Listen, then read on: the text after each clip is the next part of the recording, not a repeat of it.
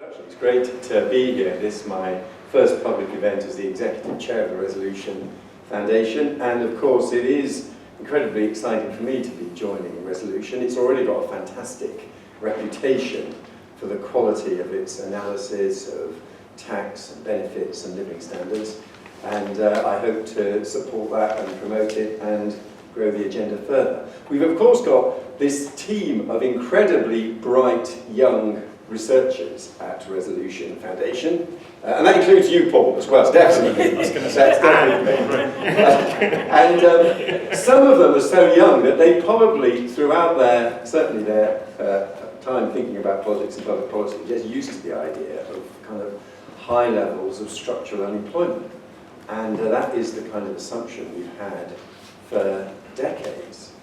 And it's fantastic that now we can see the real prospect of moving to a completely different world of full employment. And so it's very exciting that we're embarking on this project today. As Clive said, it's the start, not the conclusion. We want to start work, we want to try to formulate some of the ideas of how we would measure full employment, and over the months ahead, think about the policies that would enable us to achieve that. I think this debate really is at the intersection of several of the big themes in current politics. It's clearly about inclusion and opportunity, because the groups that are experiencing the low levels of employment are by and large marginal and disadvantaged groups. So if we move to full employment, those are the people above all that we will be helping. It relates to the debate on productivity in complicated ways. In some ways, you might expect if you bring marginal workers in, you may not see such improvements of productivity. So it ties into the productivity debate. For me as well, having come from politics, stepping away from politics, I think sometimes economists underestimate the excitement and ambition of just being part of a big and growing economy. And I always thought that actually the government could make more of the forecast or ambition, if you like, of Britain becoming once again Europe's largest economy. Well, if you move to very high rates of employment and combine that with the demographic changes that we see happening in the UK, I mean, we are on a path to becoming Europe's largest economy and overtaking Germany, and I think that's another relevant factor as well. Anyway, we have some real experts who are going to contribute to this debate. I think first of all, I'd like warmly to welcome Laura Gardner, who is of course on our staff of the Resolution Foundation, and Paul Gregg, who is an associate of the Foundation and also a professor at Bath University. And after they've given their opening presentations, I'll then introduce the panel as a whole. And thank you all very much indeed for coming here to this event. Thanks. Laura and Paul, over to you. Right, so I'm going to do something of a tag team with Laura. I'm going to do a little bit, she's going to step in and finish off. As has been said, this is the start of a piece of work, not the end of it. We're looking, in a sense, to start sharing our initial thoughts with this kind of audience, but also to try and get some feedback as to what kind of things are we missing, what sort of aspects of this conversation that needs to happen around what full employment might look like that we should be taking on board and thinking about over the next coming months. Okay, so we started talking about this a few months ago, and indeed we started working on it a few weeks ago. And then George Osborne sort of upped the ante by saying that there is now to be an official legal target obligation on the government to measure and reach full employment. So a kind of nice timing on his part to sort of make us ahead of the curve a little bit. So we feel like we're kind of right on the money here. Okay, so I'm going to do a little bit of conversation about the state of the labour market, just to sort of where are we kind of thing and how have we got here. I'm going to discuss a little bit both measures of quantity and quality of labour, which we want to draw out as being one of the themes that we need to talk about here. Laura's going to do a bit around stability and job security in the labour market, which we're close to sort of being able to put out and discuss. And then I'm going to do a piece more about how do we measure full employment, and crucially for me, who is it we're talking about that's missing in the labour force? Who are the groups that we're missing? Because this isn't just a target, as in we want, you know, unemployment to hit 3% or whatever. It has to be a conversation about who we're trying to bring back into the labour market and how do we set about achieving that, and that's the central piece of research we're going to try and contribute. Okay, so full employment, and this is for me quite central, is not just about the quantity of labour, it's also about the quality of the opportunities being presented. There are two obvious reasons. The first is as labour becomes scarce, employers are facing competition in the labour market to hold workers. They're going to up the quality in terms of wages and other terms and conditions. If you like, the bargaining power of the worker increases within the employment relationship. But more importantly is that we're talking about a lot of people here who are not currently unemployed, who could be, even should be, in the labour force. And they aren't, in a sense, on benefits which require them to take any job that's on offer. They are groups who need to be enticed, induced into the labour market. And that inducement needs to be about the quality of the employment relationship and, in some cases, the tailoring of that employment relationship for that particular target population. That it is, you need adjustment in a sense, not just quantity that needs to be talked about. Okay, so I'm just going to start with a little bit about how remarkable it is that where we've got to and when we've got to it. This is the labour market over the last sort of decade has been incredibly schizophrenic. Yeah? In terms of employment, it has been astounding, both in terms of the lack of job losses through the recession and the rapidity and the rise of employment since. Now this chart here I particularly like because it contrasts us with America. And if in my time as a sort of an economist in the 80s and 90s, America was held up as the place to go if you were talking about high employment. Yes, it had high inequality in wages, etc., but it was the high employment society, right? And look at that kind of transformation. But back in the mid-90s, the employment rate in the US was 3-4% higher than us. We are now 5 points higher than them. So this is a statement of just how far America has fallen, but in our context it's also how far we have come in an incredibly rapid period to reach now historic highs as the proportion of the working age population who are in work. We're already at historic highs, but there's still some distance to go. The other side of this is the astounding failure for a modern developed economy to improve productivity for almost a decade now, and for wages to even fall below that level of stagnant productivity to see falling wages of 10%. I would just dwell on this because I'm particularly important of it. People often talk about we should extrapolate the trends of productivity to say how much are we sort of behind where we should be. And yes, if we do that, we're something like, productivity is something like 16% below where we should be with trend productivity growth. People rarely make the same statement with wages. Yeah? People sort of say, yes, we're 10% down on the peak. Well, hey, we're 10% down on the peak plus 16% below trend. Yeah? We are something like 20-25% below where we should be in terms of wages. Yeah? So this is the remarkable schizophrenic nature of what we've been achieving over the last decade. Huge employment success, quite terrible wage profiles and productivity story. Okay, the third part of quality, or the second part of quality, which Laura is going to talk about, is about job security and job stability, which is a common theme or common aspect of conversation about the quality of job, but actually the story around where we are on job security and job stability is not quite, we believe, as the common conversation is.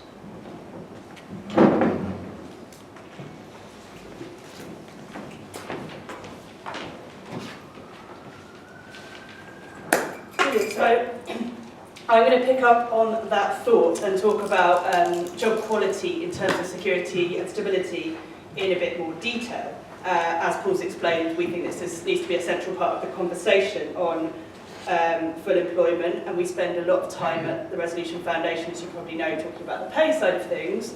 We've also in recent years picked up on aspects of security and stability in our work on zero-hours contracts and self-employment in particular. But we haven't necessarily taken the broad look that others have in the past, so we feel that now is the right time to return to this theme. What follows in the next few slides is a preliminary look at some analysis we hope to publish probably later this week. So it's coming out very soon, but it hasn't quite yet been triple checked. So take it in, but kind of hold your horses on shouting about it until we publish in a few days' time, if that's okay. So just a little bit of further context on what we're talking about here. I mentioned zero-hours contracts and self-employment, and I think some of these ideas have been quite prominent in public debate in terms of the fact that maybe below the remarkable employment recovery, there are some lurking precarious undertones. But the idea that insecurity and precariousness is a growing problem in the UK labour market actually took root long before that. So to highlight a couple of places in which it did, we've gone back 20 years ago to Will Hutton's seminal publication, The State We're in which he described a labour market in which deregulation and flexibility were creating a growing group of insecure workers in the middle of society. Another kind of common theme, maybe 15, 20 years ago, was the idea that the job for life was in decline, and Paul and Jonathan Wadsworth did a lot of work showing declining employment tenure through the last decades, the last millennium. And more recently, Guy Standings revived this concept, bringing together labour market and other facts to describe a new social grouping, which he calls the precariat, and he thinks is enough to constitute a new class. So given the context Paul set out, we've decided to return to some of these themes. Specifically, we've gone back to Will Hutton's concept of insecurity, and we've looked at instability in detail in terms of employment tenure and the labour market transitions that drive it. We've mostly focused on what's happened since 2000, and we've taken a specific look at how things vary by age and gender. And that's what I'll go into now. So we're turning first to Hutton and his concept of insecurity. Well, this is part of his account of the growing societal problems facing Britain in the mid-1990s. He describes a UK labour market in which there's around 40% who are secure or privileged, as he calls them. And this is, in terms of how he maps this in the data, this is generally stable, full-time, secure tenure employment and long-term self-employment. At the bottom, he's got a disadvantaged group, and this is basically the workless and unwaged. But it's the group in the middle we're really interested in, and that's the insecure, and these tend to be part-time workers, short tenure, specifically not having been in a job long enough to have certain rights like claiming unfair dismissal, and very low wages relative to the average. And the paper we publish later this week will set out the definition in detail, but that's kind of the broad idea here.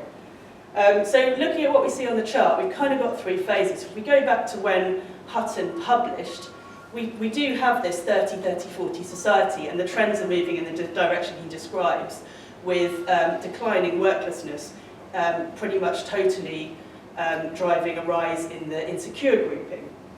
But then around 2000, the turn of the century, things change, and we get a flat plateau in the insecure grouping and small steady rises in the privileged grouping. And the final phase is the post-recession period, where we basically get some switching between insecure and disadvantaged or workless, which seems to have, broadly speaking, reversed itself in the latest period. So what we take from this is at the aggregate level, there's relatively little evidence of insecurity on this broad definition capturing a larger group of the working age population than it did at the turn of the century. And it's not really as neat, but we might now have a 25-30-45 society rather than a 30-30-40. But if that's the story overall, the trends for different age groups and genders are much more complex and very divergent. And this is a table with a lot of information in that you can read in our report later this week, and I won't go through all the groups, but I'll just highlight a couple. Firstly, to focus on women, for whom there has actually been growing security over the period is the basic story. There's been a slight decrease in the share of insecure. This is going from 36% in '94 up to 39% in 2000, but then back all the way down to 35% in the latest data, coupled with strong growth in the privileged group. And this reflects developments in policy and other developments in terms of increasing attachment to the labour market around childbirth. And another group I'll highlight is young people, for whom there's been a strong trend towards rising insecurity, jumping from 40% up to, in 1994, up to 50% in the latest data. So we now have half of the non-full-time student. This is group of young people in this insecure group. So we take away from this a broad conclusion of a sharp generational divide in the 30-30-40 concept, with particular concerns for young people. Just to kind of return to some of the things I mentioned at the outset, if we're taking this broad conclusion that there's limited evidence of rising insecurity on Hutton's definition since 2000, we want to flag that that's necessarily a rough approximation to cover the whole workforce, and we might be missing some areas where insecurity is biting more deeply than it used to. I've shown the sort of 0 hours contract chart, which is very stark on this in this slide, and a word of warning, we've said this before, but some of this enormous increase here might be about measurement issues as people became more aware of the concept as it sort of hit the headlines in the past couple of years. But the report we're going to publish also discusses self-employment, involuntary, temporary and part-time working and other atypical forms like agency working. And we conclude that there is some evidence that there is a lot of evidence that these have grown in recent years, and some of this appears to be failing to unwind with the employment recovery. So, however, they seem to affect a minority of of Hutton's insecure 30%. So potentially, if we're saying that the breadth of insecurity hasn't got any worse, for these minorities, the depth may have. So I've talked about a broad definition of insecurity, and I'm now going to hone in on a key aspect of that, which is around employment stability, which is usually measured in terms of job tenure. And this chart shows the pattern across the workforce of job tenure over the last 20 years. It shows that, maybe counterintuitively, it's a strongly counter-cyclical concept. So tenure rises during recessions and falls in periods of employment recovery, which is roughly what you see here. And that's because, as I'll go on to talk about, the main driver of job tenure is people moving between jobs, and it's really that tends to fall away during recessions. But we wanted to get below the cyclical trends shown on this chart and understand the underlying movements in job tenure. So we've run some regressions to get at that, to control for the cycle. And we find that there's a trend towards rising job tenure of roughly a third of a month a year. And when we break our regression down for different groups, we find that this is entirely driven by rising tenure for women, which picks up on some of the things I mentioned a couple of slides ago. But this actually might not be the most helpful way for us to think about stability, because what this chart shows is really the product of three different things. Job tenure as measured in this way is driven by the rate at which people move from worklessness into employment, the rate at which people exit employment to worklessness, and the rate at which people move between jobs, as I mentioned. And some of the trends on these measures driving rising tenure are quite positive, some may be more concerning. So the final part of our analysis goes through those building blocks of job tenure and seeks to understand what's going on. And I'll cover that briefly now. So I'll explain the slightly busy charts because I've got three of them, given that there's three building blocks. We've got on the left-hand side, I can't do left and right facing the other way. On the left-hand side, we've got the trend in the middle on the black line for all workers, and this is firstly on employment entry, moving from worklessness into employment, and we've got it split out by men and women on the left and by the different age groups on the right. So what we see here is essentially fairly stable employment entry rates over the whole period, with a blip during the recession and then pretty quick recovery on the aggregate line back to where it was. We've had a little bit of convergence for men and women, but there's quite much larger differences by age, and in particular, we know that young people, while they have much higher entry rates, their entry rates have recovered less well from the recession. So sort of some sense of employment entry is a positive thing. This is one of our kind of positive parts of rising stability, and some concerns around young people on this. The second building block is a rate at which people exit work to worklessness. And if we had sort of a stable story on job entry, then the story here is unambiguously positive. It's a long-term decline in the employment exit rate across groups. So we see that on the left-hand side on the all line, and again we see a bit of gender convergence. And this will again capture women staying attached to the labour market around childbirth, often returning to the same employer. We'll also have some trends for older people as declining exit rates, as people are more likely to stay in work closer to retirement age. And it's also worth noting that young people have much higher exit rates even than older people, which might be quite surprising. And although there is a downward trend on their line, it's much shallower. So their exit rate's fallen about 15%, whereas for the older groupings it's fallen about a third. So again, some concerns around that the trends for young people aren't as positive as the headlines. The final building block for us of stability is the rate at which people move from one job to another. And that's shown on this chart. And again, we have a pattern of decline overall, and very similar patterns for men and women. Now, job-to-job moves on this measure are picking up recently, but given the sort of speed of employment recovery, it's quite surprising to us that they're nowhere near the level they were at the end of the recovery in the late 1990s. Now, this is quite important to us because the literature says that job-to-job moves are kind of a primary mechanism of pay progression and career advancement, and they're particularly important for young people in terms of moving their careers forward. And therefore it's quite concerning that again the rate for young people on this right-hand chart is even further off its peak than for other groups. So we've been thinking about what to make of this. Well, one reading is that this is just the flip side of lower job exit. Maybe we're in a new labour market where people are less likely to take time out around childbirth, they work longer into old age, and those trends means there's fewer vacancies opening up for young people. So young people's career progression is more spread out, but they will be less likely to take time out when they have kids. They'll work later into life, and in terms of the normal age earnings curve, they might take longer to get there, but they'll get there eventually. So kind of one reading is we just kind of stretched everything out a bit and made it less interrupted, and that's why we've got this decline in job churn.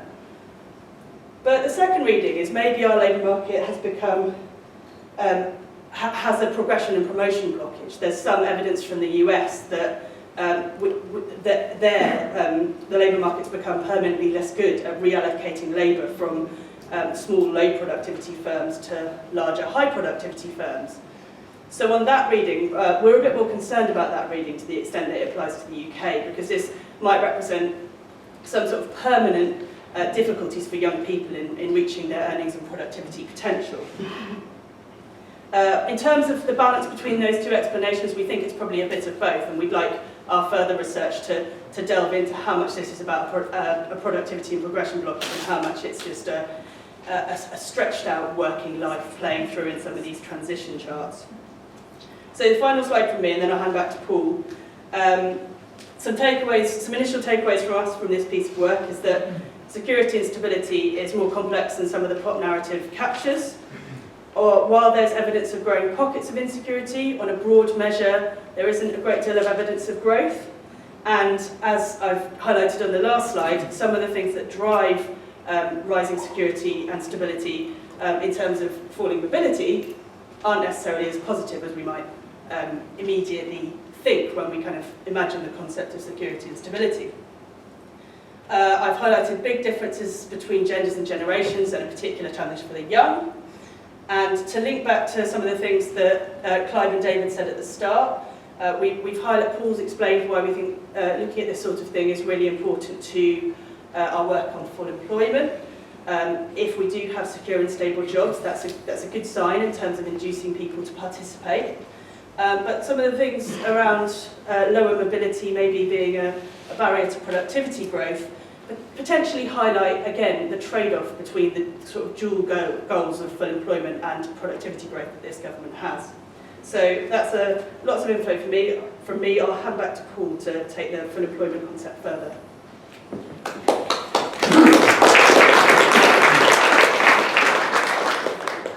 So, unlike almost all labour market concepts that we regularly use, full employment does not have a conventional definition. The DWP has since been asked to set one by George Osborne, but we as sort of labour economists don't have a working definition of what full employment is, though we have two broad sort of concepts of ways of thinking about it. And within that, within the second one, which I'll go through in more detail, there are a number of ways in which you might try and establish a target level. Okay? The first one is sort of completely out of fashion, but nevertheless I thought I would say it, which is to measure full employment by the amount of unemployment relative to vacancies. The UV ratio, as it's sometimes called. The concept is quite neat, and it sort of says that if there's a vacancy for every unemployed person, there is enough employment. All we've got is a sort of frictions between people moving between jobs, or mismatches in terms of skills or what have you, region, etc. But there is enough employment. That's the kind of logic that says that full employment is when there are the same number of vacancies as there are unemployed. It has some problems. It doesn't really tell us, it doesn't give you a rate of unemployment, because it's a ratio of the two concepts, and it could come about from falling unemployment or rising vacancies. And it doesn't really tell you about who the groups are or the populations we might be interested in reaching full employment. But anyway, that's the kind of story. It says that the data which we've had now since about 2000 of an employer survey of vacancies, which was reasonably robust, says that we are, got a ratio of about 2.5 rather than 1, so we've got quite a long way to go, but it doesn't have an instant measure to say how far that is in terms of jobs or unemployment, which is a slight sort of caveat, but anyway, that's what it looks like. Okay, the second is to set target levels of either unemployment or employment as the rate of those measures which you need to achieve full employment. However, if you've got these kind of, who sets these targets? There's no obvious natural definition which says, is full employment 75% or 80% or 85% of the working age population? So we tend to use benchmarks or experiences to set those kind of levels. Now, there's 3 obvious ways of doing it, which I'm going to walk through. We can talk about Britain's history, where have we been before? We can talk about international comparisons, how do we compare with other countries who we might think of as being closer to full employment than ourselves? And then finally, the one which I find most interesting, which is to talk about the missing workforce, the populations whose employment is well below what we might think of as norms, which I'll come on to in a minute. Okay? So this is the historical pattern of the employment rate and the unemployment rate. The first kind of point to note, which is the employment rate, the blue line, we're already at historic highs for that. Okay? But the last time we were at full employment, only around half of women worked. Yeah? So in a sense, its historic representation is representative of a totally different labour market, when employment rates of women in particular were much lower, and doesn't act as much of a good guide as to what you might think of as full employment now. Unemployment is a little better in the sense that it is measuring sort of slack in that sense. The unemployment rate that I would consider the last time we were at full employment, which was around 1968, the data doesn't go back to. Yeah? We don't go back far enough, even with the kind of ONS backcasting. But the lowest that we ever achieved with current definitions is around 3.7%, something a bit under 4% unemployment rate. Now, as I say, that was in the mid-1970s, and at the time, that was not viewed as a period of full employment, right? So in a sense, 4% would be very much a sort of an upper bound, if you like, whereas we might think it might be significantly below that, because the last time we achieved there, we weren't at full employment by conventional definitions. So the unemployment has some information historically. The employment rate probably historically is useless for any kind of thing, because it's whenever we were so far back in time when we last had something close to full employment. Employment populations for many of the groups we're interested in were very different. So let's look at other countries. Within the G7, Germany and Japan have got higher employment rates than us. The Scandi countries have often had employment rates significantly above that. Okay, so you can see that at the kind of pre-recession peaks, Denmark and the Netherlands had employment rates of around 77–78%.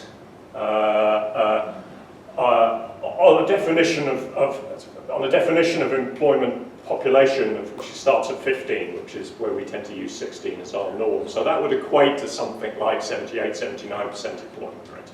Okay, so we could use that. If you do the unemployment rates, the best that was achieved pre-recession in the best countries was about 3%. Okay, so that's a sort of a benchmark, 3% unemployment rates, employment rates of around 78–79% on the kind of definitions that we use. However, were those countries at full employment in those periods? Remains, in a sense, an open question. Yeah? And if we're using the G7 and looking at Germany and Japan as the best going at the moment, it is not at all clear that they are at full employment. Yeah? And so that if we are using them as metrics or benchmarks, it becomes something of a moving target if they are improving as we are along these kind of metrics. But that gives us a kind of a metric then, yeah? 3% unemployment rate, 78–79% employment rate on the kind of definitions we use. And the third approach, which is the one I find most interesting, because I think it tells us a lot more about who we need to be talking about and therefore about policy, is to look at the kinds of populations who are missing within the workforce. Okay?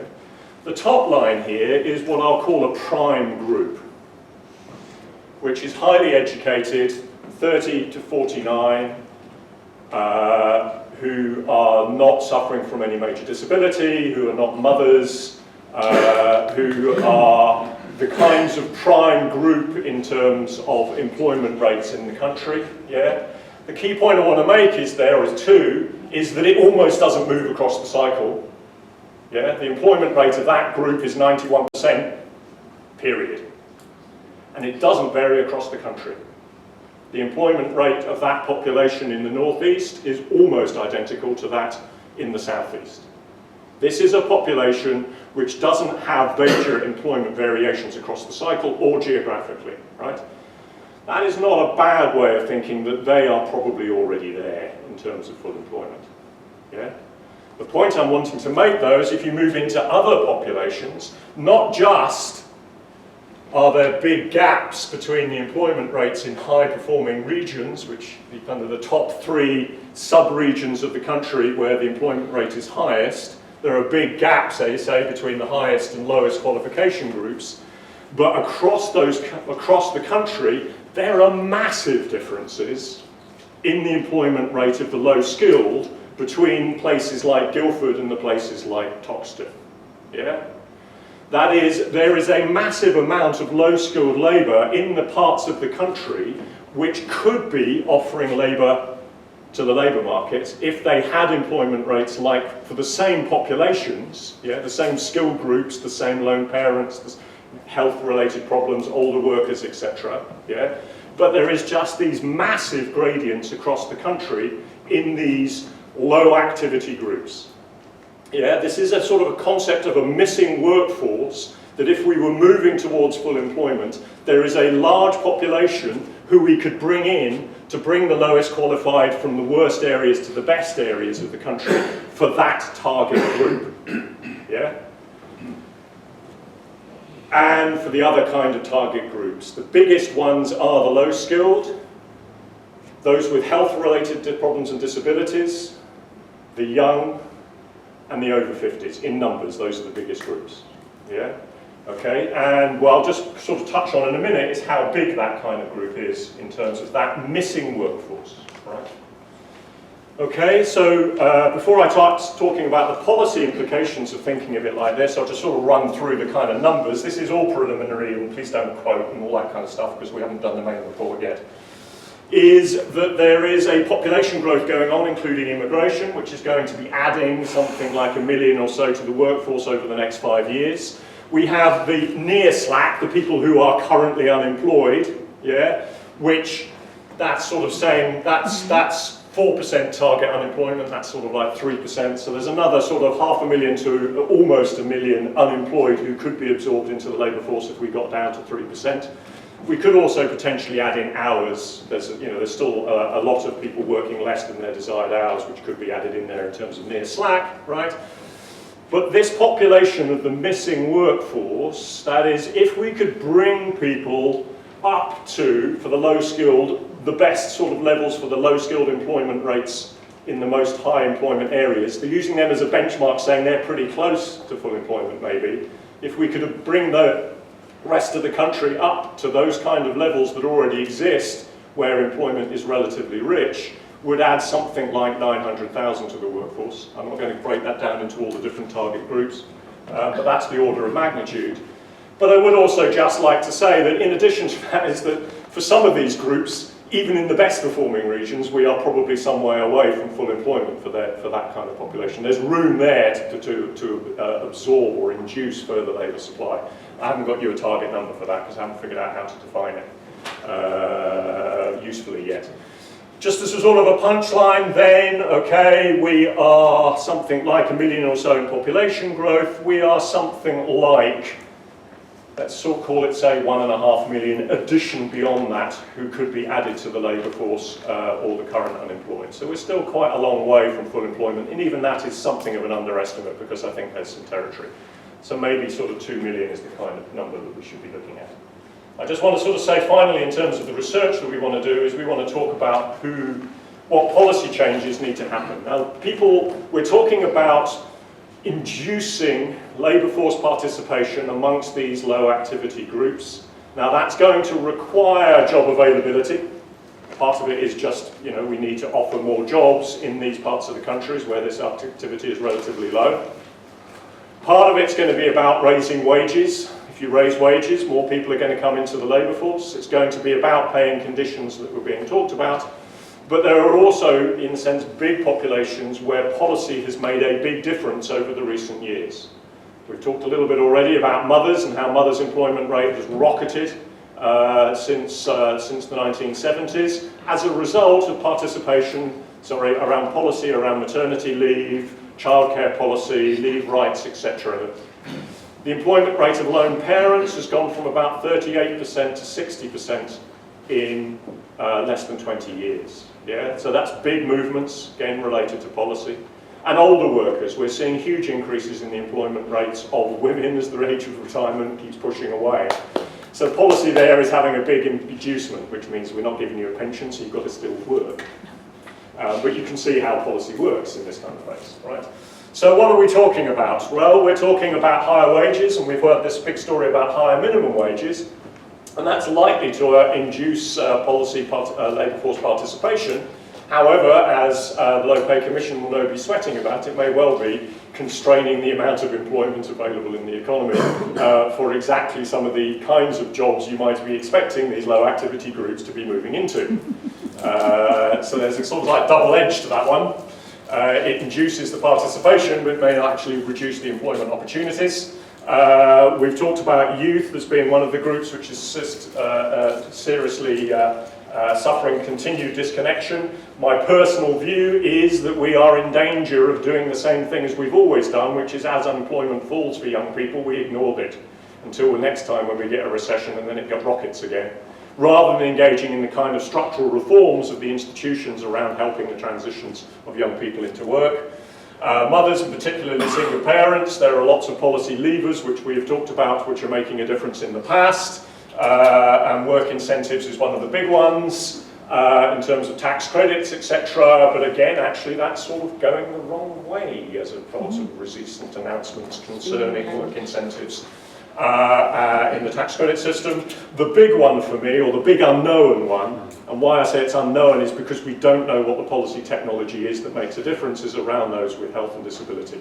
This is a large population, something a bit under 3 million people claiming disability-related benefits. It's rising, even though the labour market is improving. The previous round of policy iteration, which was retesting and work programme and so on, has unambiguously failed. We need a radical rethink about policy concerning illness and disability. We've got the adult low-skilled, ethnic minorities, older workers, etc., where we need to have conversations about managing the workforce effectively to absorb these kind of populations. So, end of the story for me. We want to have a piece of research which is not just saying, here's the target rate. We will probably come up with, here's a target rate, but we're not going to, that's not the point. The point is, who is the missing workforce that we could be bringing in? How do we measure that missing workforce? And start thinking about policy in order to enable that missing workforce to be included, induced, supported into the world of work. Thank you.